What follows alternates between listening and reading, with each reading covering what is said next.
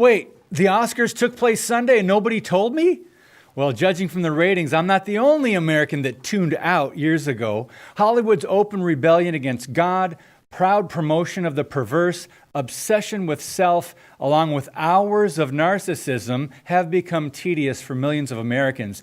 But how can we not call attention to some of the most glaring hypocrisy on the planet? That's next.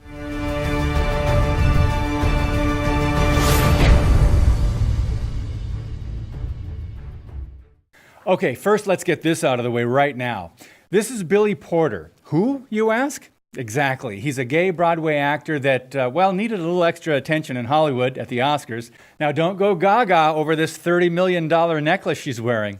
Celebrities have created gods in their own image, and your kids are watching as media from coast to coast celebrate this. You know, maybe the Christian church needs to get back to teaching about God, the Creator, about sex, biblical marriage, sin, and repentance.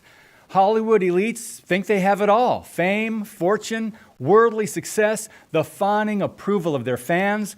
But deep down, many of them are some of the most empty, insecure, and lost people who need Jesus. They need the good news of the one who died to pay the penalty for their sins and ours. The clock of eternity is ticking. But no one is without hope, not even in Hollywood. Well, at the Oscars, there's an underlying theme. It's to shame lesser citizens who apparently don't know any better and voted for President Trump. Celebrities just can't resist being political and hypocritical. Take a look. So just a quick update for everybody in case you're confused. There is no host tonight. There won't be a popular movie category, and Mexico is not paying for the wall. Hollywood elites don't seem to see the irony in wealthy people having armed security guards and living in a gated community or residence with a wall around it, who vociferously oppose building a wall to protect America's southern border. They take it a step further and call it immoral to keep people out. Wait, by whose standard, though? Since they deny that God set a fixed foundation of morality, we now make up our own truth, don't we? But think about this. You just can't step onto the red carpet and walk into the Oscars, or any awards show in Hollywood for that matter. They have security, lots of it, with guns, I'm quite sure. Are you following? Do you lock your doors at night? Why?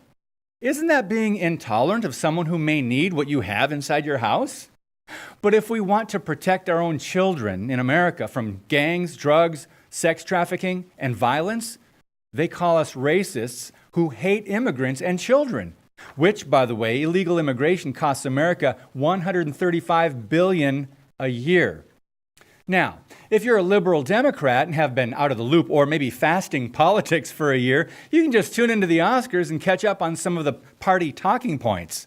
Later in the show, with an image of Supreme Court Justice Ruth Bader Ginsburg projected behind her, Jennifer Hudson sang a song from the movie RBG, honoring the aging justice. Next, in a quote tweeted by ABC News Politics, director Spike Lee said this, quote, "The 2020 presidential election is around the corner. Let's all mobilize. Let's all be on the right side of history. Let's make the moral choice between love versus hate. Let's do the right thing." Right? In whose opinion, though? Lee is clearly rallying all the elites in the Oscar audience, as well as liberals watching on TV nationwide. They've been doing this for years now, but they think they've cornered the market on so-called right side of history. Whose history? As for me and my house, we'll stay on God's side because He's right all the time. And when it comes to these progressive-minded celebrities, remember, we don't have to buy their ideology or elevate them as role models. Pray for them to come to know the truth. If they did, imagine the influence they would have for good. I'm David Fiorazo. God bless you, and keep speaking the truth about things that matter.